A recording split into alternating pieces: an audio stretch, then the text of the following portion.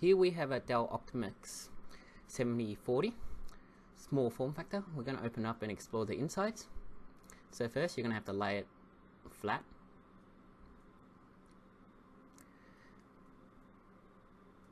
There is a blue tab here. You pull the blue tab down and you slide it to the right and it opens up.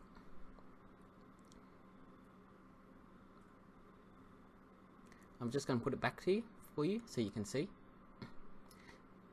There's a gap here. It shows you how much gap you need. And to slide it back in, you just slide it back in. To open it, remember to push the button down. Here we have the hard drive, the fan, the graphic card, power supply. So to remove the graphic card, you need to open this thing here. Then there's a button here. It's not a button, but it's a lever. You have to lift it up. You're not going to be able to see it. So you have to lift up the lever and then lift up your graphic card.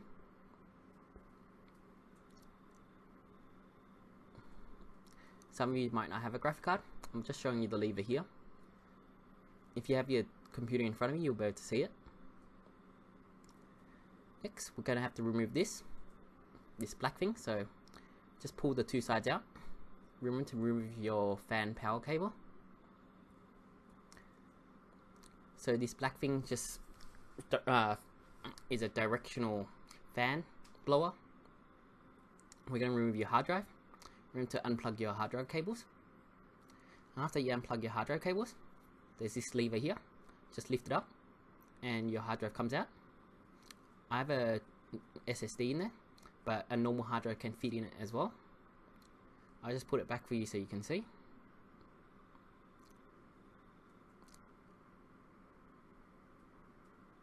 Next, we have to remove the front. So to remove the front, you just lift up these tabs and they pop up and you can remove your front cover. So here you go.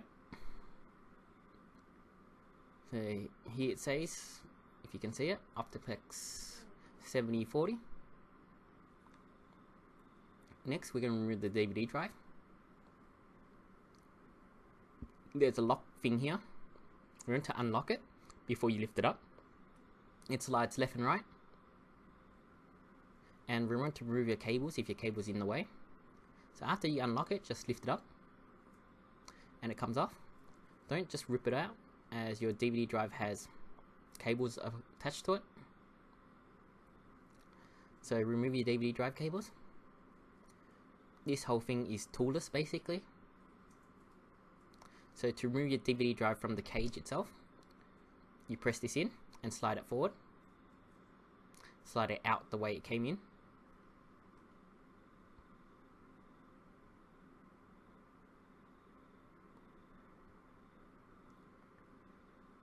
So here we have the M.2 SSD RAM slots. There's 4 of them.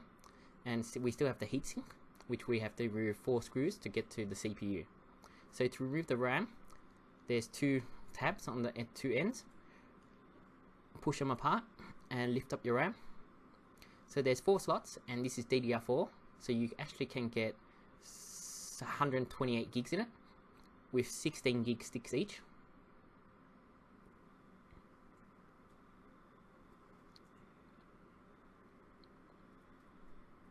So now to remove the M.2, you need to unscrew 1 screw, holding it down.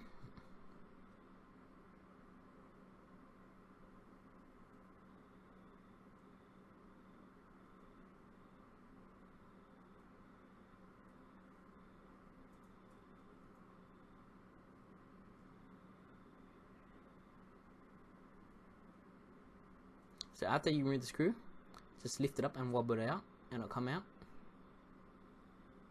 I'm just going to put it back in, as it doesn't affect me removing anything. There's only 1 M.2 slot, and this computer does not have wireless cards.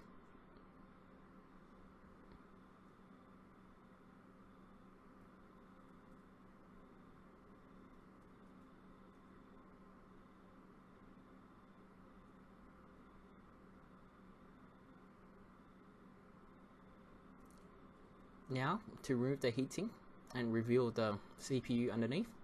There's 4 screws you have to remove.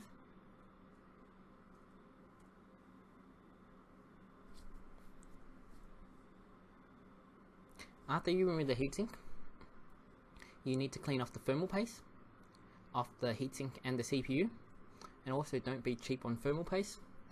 Thermal paste is really important, and 1 tube of thermal paste, which I use, is Noctil NTH1, costs only $15, and it can be basically used 15 times. So here you go, just get a tissue and clean it off. You don't need any special liquids or solutions. Just clean off as best as you can. This is a desktop CPU, so you can replace it with any other desktop CPU. The socket is LGA 1150, sorry.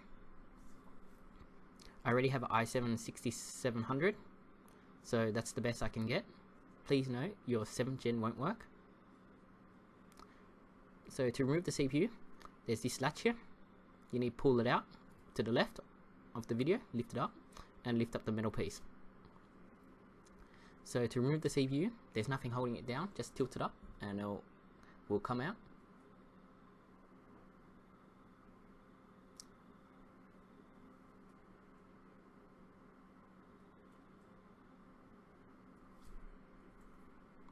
So here there's a corner, there's a triangle. On your board there's also a corner as well. It shows you which direction the CPU goes in, so you can't get the wrong way.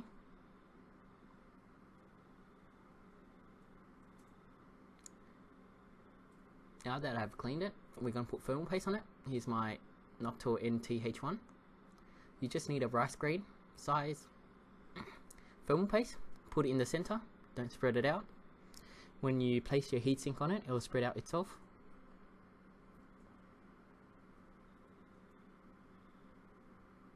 So here you go, place your heatsink on top of it, and when you screw in the screws, it will align itself.